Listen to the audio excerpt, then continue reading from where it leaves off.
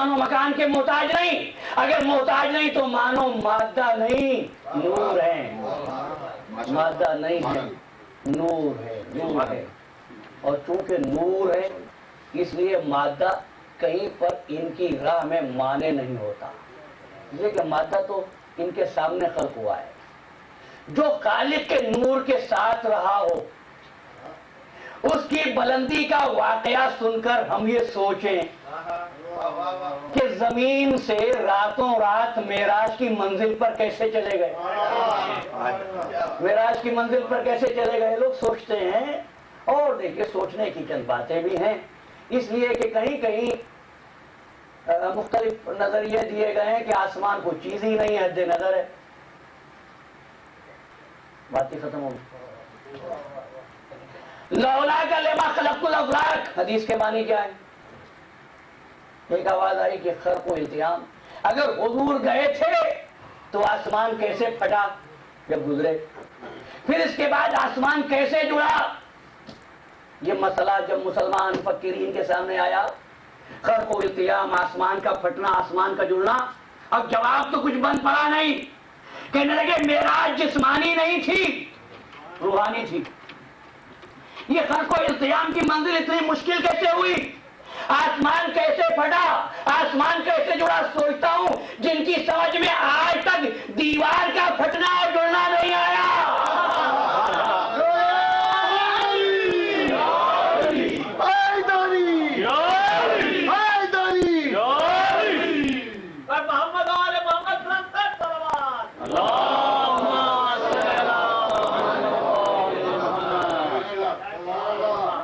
جن کی سمجھ میں آج تک دیوار کا پھٹنا اور جڑنا نہیں آیا وہ آسمان کا پھٹنا اور جڑنا کیا جانے.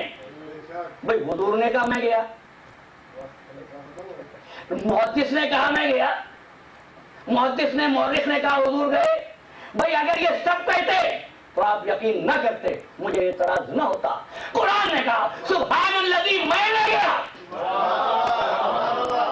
تو اب جو معراج کا انکار کرے معراج محمدی کا نہیں, قدرت الہی کا انکار کر رہا ہے. اور عزیزو رہے تھے کہاں؟ خالق کے نور کے ساتھ. مشہور محاورہ کل شیء یرجع الی اصلہ, عربی زبان کا محاورہ. ہر چیز اپنے مرکز کی طرف کھینچتی ہے, ہر چیز اپنے مرکز کی طرف کھینچتی ہے. مجھ کو تعجب نہیں حضور معراج پر کیسے گئے, سوچتا ہوں زمین پر کیسے آئے.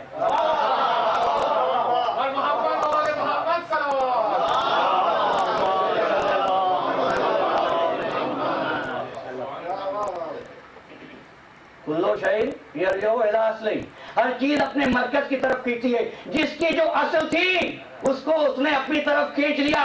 آدم کی اصل خاک تھی, زمین پر آئے. ان کی اصل نور تھی, بلندی پہ چلے گئے. تو معراج محمدی سے بعد میں انکار کرنا, حبوط آدم سے انکار کرو. گئے حضور اور اسی لیے لے کر گئے. یہ نظام قدرت یہ کہ تم کو بتائیں گے انسان کتنا بلند ہو سکتا ہے. اس لیے بشری جنبہ دیا اور پھر معراج جیسا سفر. سبحان الذی اسری بعبدہ, معراج جیسا سفر, معراج جیسا سفر کہ جہاں پر زنجیر در ہلتی رہی, پانی بہتا رہا, بستر گرم رہا, حضور گئے بھی اور آگے. اس چیز پر لوگوں کو تعجب ہو گیا, اتنی جلدی کیسے گئے, اتنی جلدی کیسے. بھائی سبحان الذی اسری بعبدہ لیلا من المسجد الحرام. بزرگوں برتر ہے وہ ذات جو اپنے اب کو لے گئی. اللہ لے گیا, لے گیا نا اللہ. اس کے بعد بھی اگر یہ خیال آئے کہ معراج روحانی ہوگی, ایک دلیل آج کی گفتگو میں لیتے جائیے.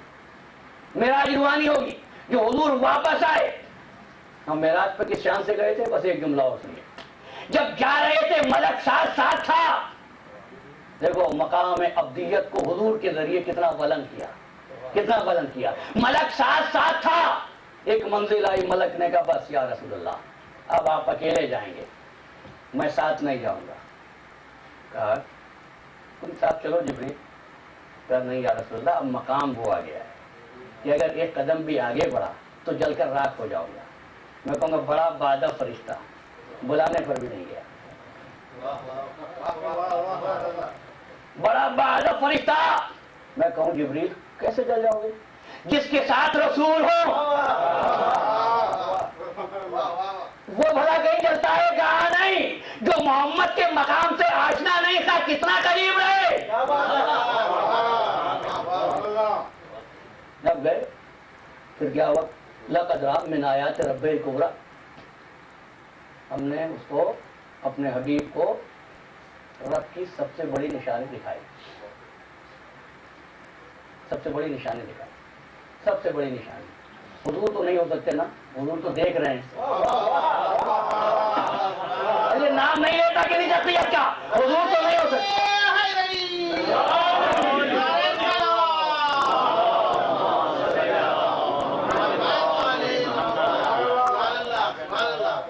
لقد رأى من آیات ربہ الکبریٰ، ہم نے سب سے بڑی نشانی دکھائی. کون سی نشانی؟ بھائی حضور ہو نہیں سکتے، حضور دیکھنے والے ہیں. ملک ہو نہیں سکتا، پیچھے رہ گیا. خالق نظر آتا نہیں، لیکن قرآن کہتا ہے دکھائی. ایسے دکھائی ماں کو زبل خوادو مارا، نہ دل نے جھٹلایا. ماں زاغل بسر وما تغا، نہ آنکھ نے غلطی کی، دیکھا اور پہچان لیا.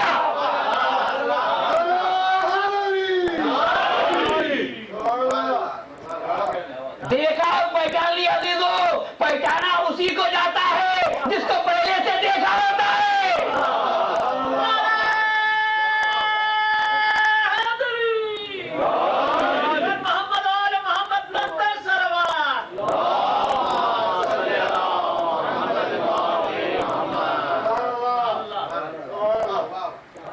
عزیزان محترم، جبریل امی کیا کرتے تھے؟ اللہ کا پیغام لاتے تھے. اگر معراج کی رات میں کوئی بات ہی کرنی تھی جبریل کو بھیج دیا ہوتا. یہ کیا منظر ہے پروردگار؟ اگر معراج کی رات میں ملک کو پیچھے چھوڑ کر تو براہ راست اپنے حبیب سے بات کر سکتا ہے، تو اس طریقے کو ہمیشہ اختیار کیوں نہیں کیا؟ لن تجد لہ لسنت اللہ تبدیلا، سنت الہی تبدیل نہیں ہوتی ہے نا، ہے نا سوچنے کی بات. پھر کیا کیا یہ تنہائی میں گفتگو کیا تھی؟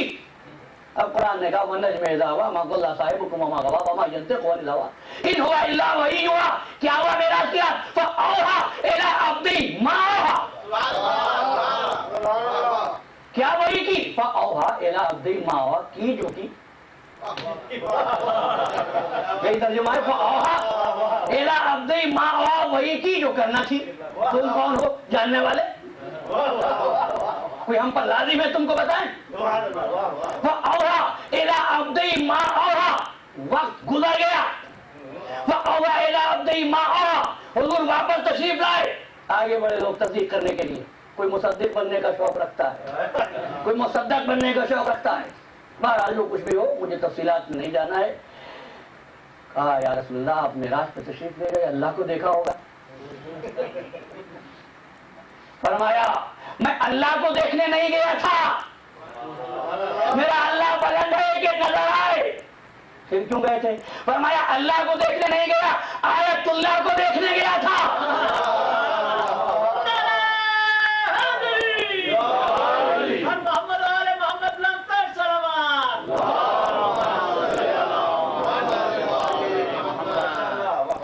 آیت اللہ کو دیکھنے گیا تھا. آیت کو، یہ آیتیں نہیں گول گول جو قرآن میں دیکھتے ہیں آپ.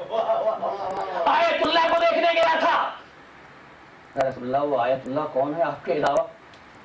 ہمارے لیے تو آپ بھی سب سے بڑی آیت. لقد رأى من آیات رب الکبریٰ. اس موقع پر حضور نے ایک ارشاد اور فرمایا تاکہ یہ مسئلہ قیامت تک حل ہو جائے، معراج روحانی یا معراج جسمانی. رسول اللہ آپ تو معراج پر گئے، ہم کو ہوتی نہیں.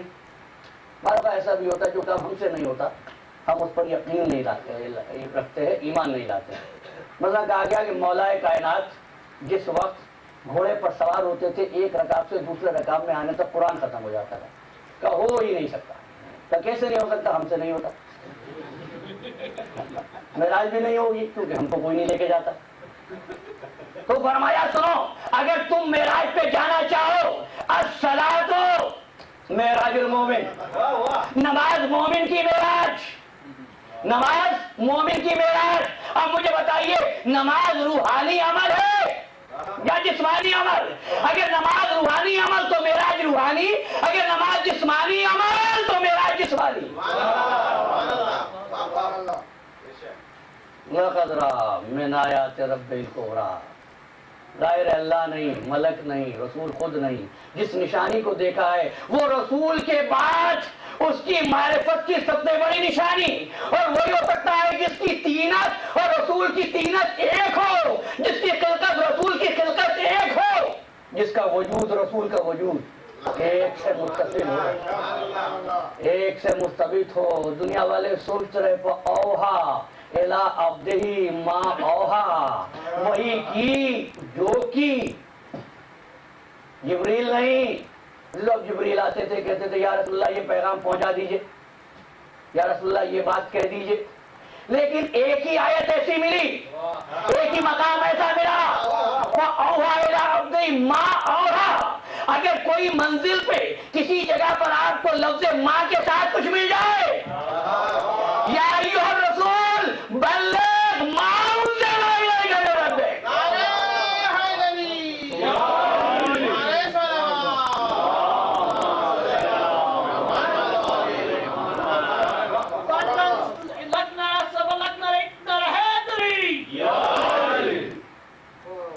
عزیزان محترم، بلغ ما انزل الیک من ربک۔ جبریل تم کہیں کیوں نہیں دیتے ہو کیا اعلان کرنا ہے؟ کہ جب بات ہوتی میں کہاں تھا؟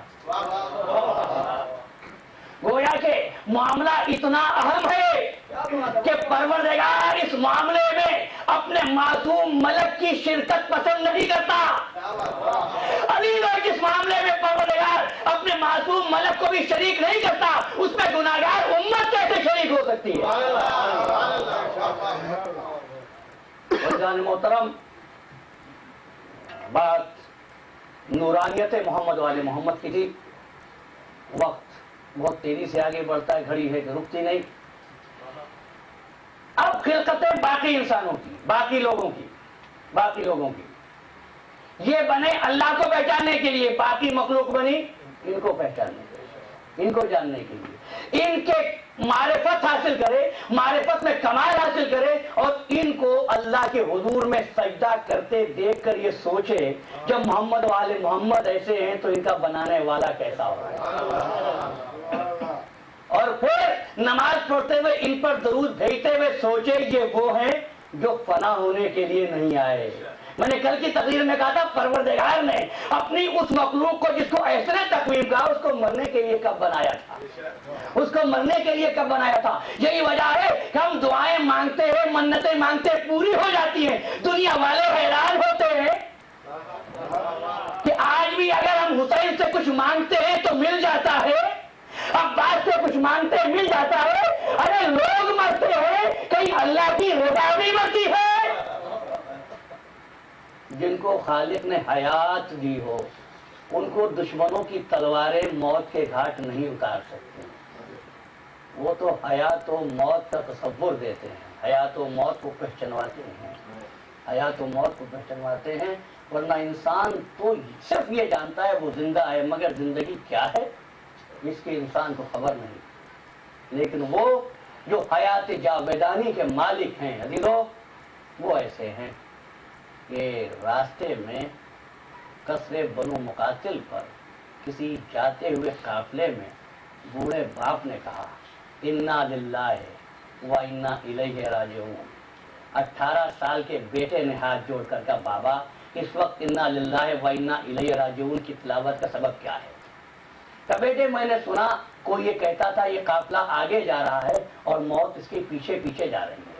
کہ یا ابت السنا علی الحق، کیا ہم حق پر نہیں ہیں؟ فرمایا بیٹے ہم حق پر ہیں۔ تو اور عرض کیا بابا جب ہم حق پر ہیں تو موت سے ڈر کیسا، موت سے خوف کیسا؟ اب نام لے لو، یہ بوڑھا باپ حسین ابن علی اور یہ جوان بیٹا علی اکبر۔ آج محرم کی چھٹی تھی، 7ویں شب ہے۔ ہمارا قاعدہ ہے کہ آج ہم شکل پیغمبر شہزادہ علی اکبر کا ذکر کرتے ہیں۔ علی اکبر بیٹا سب کو عزیز ہوتا ہے، بیٹا جوان ہو اور پھر بیٹا رسول کی شبیہ ہو تو سوچو حسین کو کتنا عزیز ہوگا۔ ان کی والدہ لیلا ہے. لیکن ہاں یہ بھی یاد رہے کہ 18 برس تک ماں نے نہیں پھوپھی نے پالا ہے. پورے سفر کے دوران مدینے سے کربلا تک زینب نے کبھی اون محمد کا حال نہیں پوچھا. جب پوچھا علی اکبر بیٹا سر پہ دھوپ آ رہی ہے, بیٹا سائے میں ہو جاؤ, بیٹا تم نے کھانا کھایا ہے, تم نے پانی پیا ہے. ایسی محبت کرتی ہے شہزادی زینب علی اکبر سے. حسین علی اکبر سے عاشور کی صبح کو اذان دینے کا حکم دیتے ہیں. اذان دینے کا کیوں؟ تاکہ لوگوں کو یاد آ جائے رسول کی شبیہ کی آواز میں اذان, اور شاید یہ لوگ راہ حق پر واپس آئے. اب کیا ہے عاشور کے دن کیا ہو رہا ہے لوگ؟ ایک جاتا ہے اور تھوڑی دیر کے بعد آواز آتی ہے مولا میں گر گیا, آقا میں گر گیا. حسین جاتے ہیں اور لاشا اٹھا کر لے آتے ہیں. کبھی لاش اٹھائی, کبھی رو دیے. اسی شغل میں شاہ دن بھر رہے, یہاں تک کہ جب آئلہ صاحب کی یہ آوازیں آنا رک گئی. اب حسین یہ کیسے گوارا کرے کہ دوسرے مر جائیں, حسین کا بیٹا زندہ رہے. آواز دی, یا بنیا تقدم ولدی علی اکبر. علی اکبر بیٹا تم جاؤ گے مرنے کے لیے, پہلے تم جاؤ گے. بیٹا ہے میدان میں جانے کے لیے تیار, چاہتے ہیں کہ پشت فرس پر بلند ہوں. آواز دی, علی اکبر بیٹا جانے سے پہلے اپنی ماں سے ملاؤ. علی اکبر ام لیلا کے خیمے میں آئے.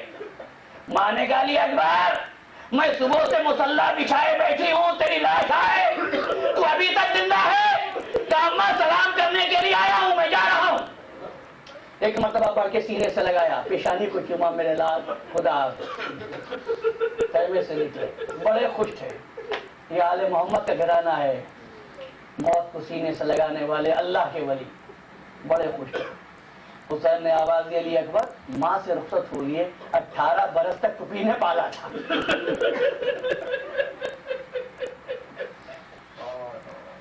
اب زینب سے بھی ملاؤ, زینب سے اجازت لے لو. ایک مرتبہ ہم شکل پیغمبر زینب کے خیمے میں آیا اور آ کر کچھ کہنا چاہتا تھا. ایک مرتبہ کنیز نے خیمے کا پردہ اٹھایا, میرا امام خیمے میں داخل ہوا. کہا زینب حسین تم سے کچھ کہنا چاہتا ہے. اس سے اندازہ کیجیے اکبر کتنا عزیز ہے زینب کو, کتنا عزیز ہے حسین کو. کہا زینب میں تم سے کچھ کہنا چاہتا ہوں. کہا بھیا حکم کرو. کہ جب سے اماں کا سایہ سر سے اٹھا ہے میں نے تم کو ماں کی جگہ سمجھا اور حکم کی تعمیل کی ہے. آج حسین کی ایک تمنا ہے, زینب اس کو پورا کر دو, اس کو پورا کر دو. بھیا کیا بات؟ کہا زینب اور کچھ نہیں, بس یہ کہنا ہے علی اکبر کو نہ روکو, اس کو میدان میں جانے کی اجازت دے دو. ایک مرتبہ زینب نے علی اکبر کی پیشانی چومی اور کہا میرے لال میں کب روکتی ہوں, جاؤ خدا حافظ نہ کرے. علی اکبر جانے لگے, علی اکبر جانے لگے. جب خیمے سے نکلنے لگے کسی بہن نے بازو پکڑا, علی اکبر پھر ٹھہرے. نکلتے تھے, راوی کہتا ہے علی اکبر کو خیمے سے برآمد ہونے میں بہت دیر لگی. مخصوص یہ شرف تھا فقط آج کے لیے, دن میں رسول جاتے ہیں معراج کے لیے. ہاں ایک مرتبہ آواز دی, حسین نے بیوی اور علی اکبر کا راستہ نہ روکو. علی اکبر اب چاہتے پشت فرس پر بلند ہوں. بات کو کچھ یاد آیا. علی اکبر بیٹا ٹھہر جاؤ, علی اکبر ٹھہر جاؤ. تم اماں سے مل لیے, تم پھوپھی سے رخصت ہو لیے, اس بوڑھے باپ کی بھی ایک تمنا ہے.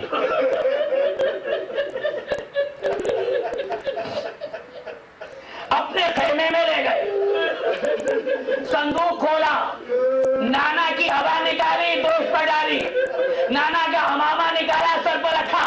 کہ علی اکبر جب نانا کی زیارت کو جی چاہتا تھا تم کو دیکھ لیتا تھا. علی اکبر اب تم جا رہے ہو تو چاہتا ہوں آخری مرتبہ دل بھر کر اپنے نانا کی زیارت کرو.